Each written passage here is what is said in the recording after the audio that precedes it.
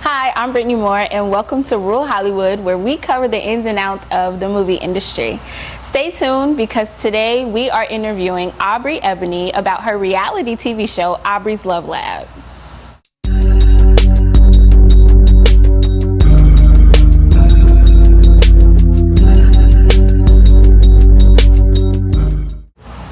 Hello, welcome back to Rural Hollywood, and we have the Aubri Ebony Williams here, the most beautiful. Stop. No, it's her. She's beautiful. Please. How are you? I'm good. I'm feeling good. It's a summer day in July, right? We're in July? We're in July, so yes. I'm feeling good. How about you? I feel amazing. Good. So happy to have you. Thanks for having me. Yes, and we're just going to jump right into some Let's questions. do it. Okay. All right, so tell us about your background in modeling and acting. Yeah, so this makes my 10th year in front of the camera. Wow. I've been a signed model since 2016, and as of now, 26, I have agents across LA, New York, Chicago, Florida, and Atlanta. Okay. The last 8 years has been about me kind of embarking on an acting journey. Okay. And that's been great. I've landed some major campaigns from Cream of Nature to Cantu, Marriott, a co-star on The Shy. Okay. It's a series. It's based on Chicago. I've seen Got it. to work alongside Yes. Jason Weaver, which was great. Some cool indie projects that are across Amazon Prime and Okay. Apple TV. And the journey continues. That's amazing. I love that. I love The Shy. I just finished the last season. So yeah, Carolina, so she did her good. thing. Amazing. So how did you make your transition into producing your own projects? Yeah, I think as an actress, you're always sitting back wondering when is the next opportunity. Yeah. But unfortunately, I'm impatient, and I don't always like to wait. So I decided to create my own work, my own opportunities, Okay. and put myself on camera in a way that I knew I could best express myself if Okay. somebody didn't give me the chance to act in something they wrote yet. So I love that. it went from really just waiting on an opportunity to let's create my own opportunity. I love that. Thank you. They say if you don't get a seat, create your own table. 100%, baby. Yes, I can ma'am. build a table, honey. Oh, I love that. Tell us about your film, Sex and Psych. Yeah. What is it about, and what did it take for you to get it produced? Yeah. So Sex and Psych is the newer name of D-Diary. D-Diary is what is out on Amazon Prime and Okay. Tubi. I also think it streams on a couple of smaller platforms.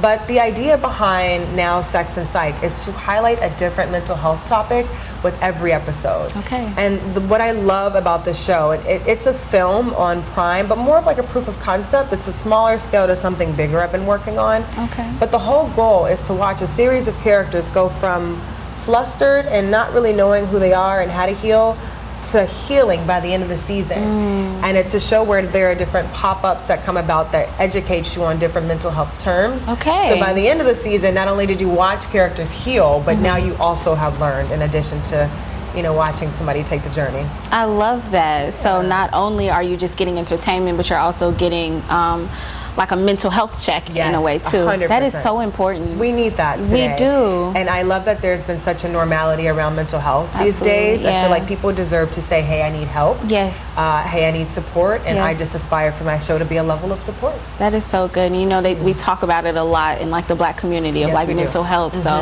it's beautiful to see us creating things for ourselves. So that's amazing. Thank you. Yeah, absolutely. So tell us about your reality series, Aubri's Love Lab. So, funny enough, Aubri's Love Lab came across through another smaller streaming platform wanting me to create a reality series for them. Okay. Unfortunately, at the time of producing and on the back end of creating what the show was going to be like, pre-production, the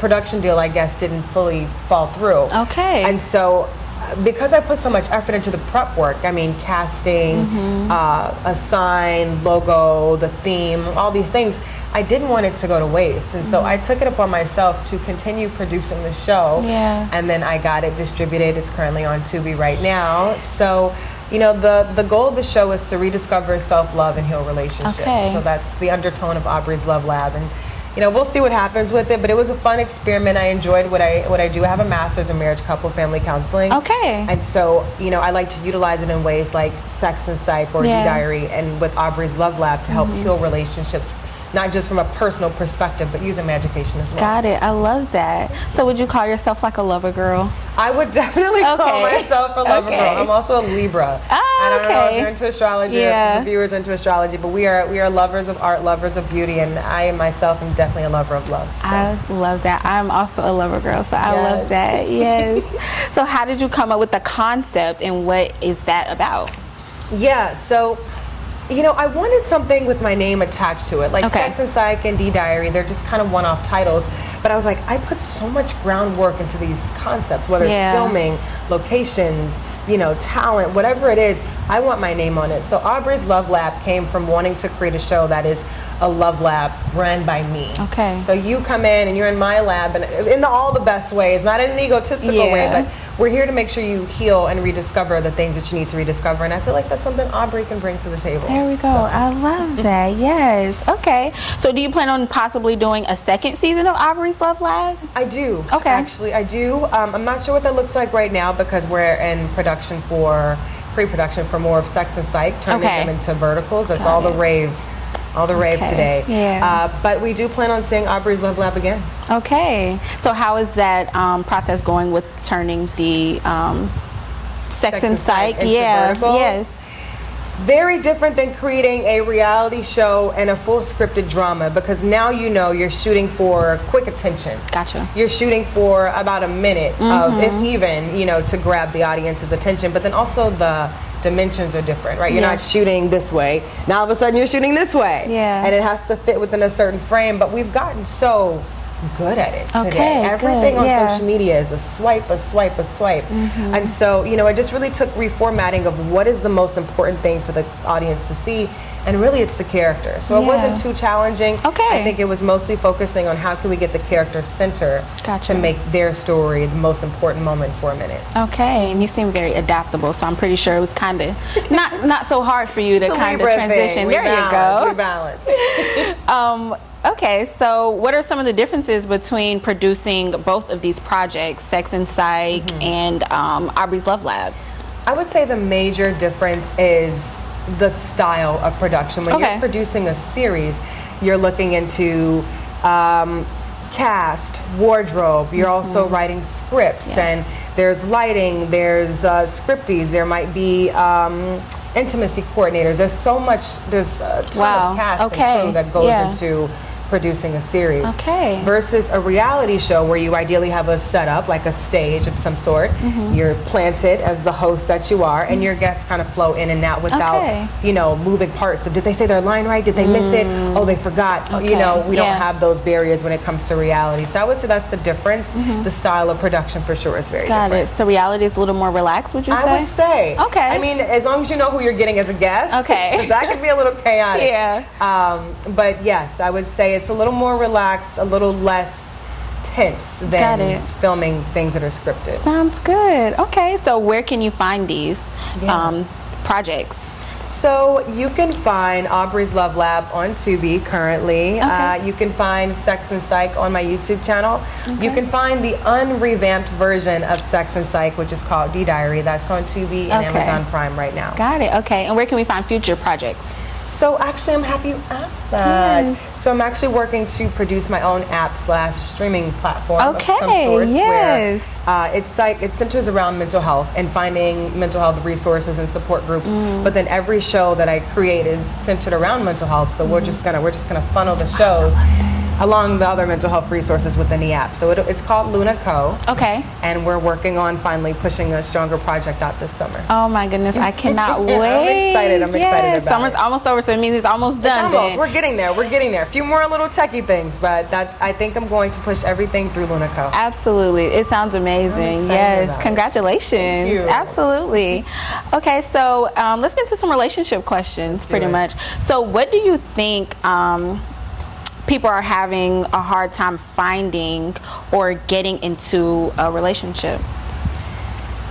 I think social media has really put a dent into the view of a real relationship. Okay.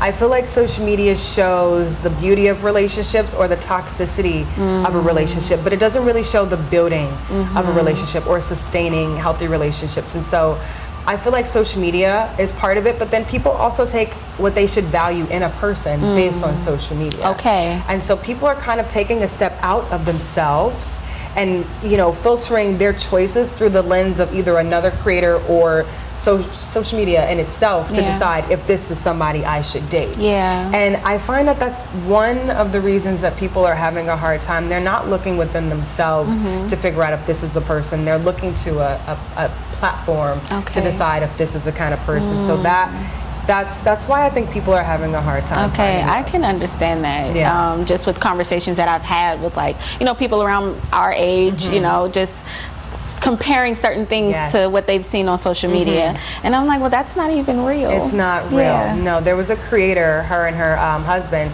She was honest. She was like, my husband couldn't afford an engagement ring, so we got it sponsored and we did a partnership. You know, but you're looking at this really beautiful rock and like, oh my God, I wish, you know, my guy could afford this. But in reality, that creator didn't even afford it either. And so, you know, we need to start looking within ourselves and making sure we understand what we need in order to fulfill the relationship desires that we're looking for. Okay. And is there any quick tips that you can give someone to kind of step away from social media and like find that within themselves? Yeah. I would say make sure you know who you are. Okay, that's good. I like and that. You know, life is about discovery. You're always evolving, you're always changing. But as you go through those different phases, you need to know who it is that needs to be on your side in order for you to be your best self. Yeah. And so if you don't know yourself and if you don't know where you're going, it's going to be hard to say this is the kind of person that should be here with me because you don't know yourself. Absolutely. And so ask yourself, you know, what you like, who you are, you know, just be honest about the person you are within, and I think that's going to be the starting point. I have this phrase where it's like, accept what you see in the mirror, appreciate what you see, and then love that person. Yeah. And once you start with kind of debunking all of those other little things and you feel solid with who you are, now we can start looking for somebody because we've gotten so good at our own self-love and self-appreciation that we're not needing that from somebody. But when we get that somebody, we've already done the work to where, oh, that's a good person, and we can decipher that now. There you go. That is so good. It took me a while to learn you can't love someone until you love yourself. Yes. That was something I actually had to go through in order to actually understand this is what they were saying. Yes. It's not necessarily like, oh, I love me, I think I look good. It's like, no, what's on the inside? 100%. That's so good. And people don't know that because they think that loving themselves is a level of self-protection or putting a wall up or being guarded. But self-love is really understanding who you are and appreciating 100% who you are, flaws and all, and not even seeing them as flaws, but seeing them as yourself. And so, that is beautiful. That's what I would say. Now, can we use your app to kind of build this self-development, self-love? I'm so glad you asked Yeah. that. So 2 of the features of the app that I'm working on right now, one of them is a mental health glossary that centers around mental health terms. So you can find self-love tips, you can find attachment style tips, you can find, you know, different like relationship conflict tips in there. And then there's a journal in there that you can kind of write, and the journal is encrypted through every user's own kind of cloud, so we have no access to it. And so it's a comfortable space for you to write your notes and see something and then reflect on it and have it all be in one central space to kind of heal, grow, and reflect. So I love that. I'm excited. I love to about journal, so that's exciting for I'm me. gonna send it to you. I can't wait. I cannot wait. So I know you mentioned like just loving yourself. Is there any other piece of advice that you can give someone that's looking for love? Any other piece of advice for somebody that's looking for love? Love yourself first. Okay, that's key. Validate yourself. Okay. And trust your intuition, because your intuition will tell you when somebody isn't good for you. Our human brains will ignore those butterflies. Our human brains will ignore the red flag. It'll ignore the phone call or the text message or the distance or the gap. But you have to trust yourself, because that inner spirit, I believe it's God. Yes. And so if God is telling you not to do something or to be aware of something, you need to trust that. And if you choose not to, now you're hurt. It is. So love yourself. There you go. Validate yourself and trust your intuition, because it will not steer you wrong. There you go. I love that. Well, there you guys go. Love yourself and you'll find the love of your life. 100%. Thank you so much. Of course, of course.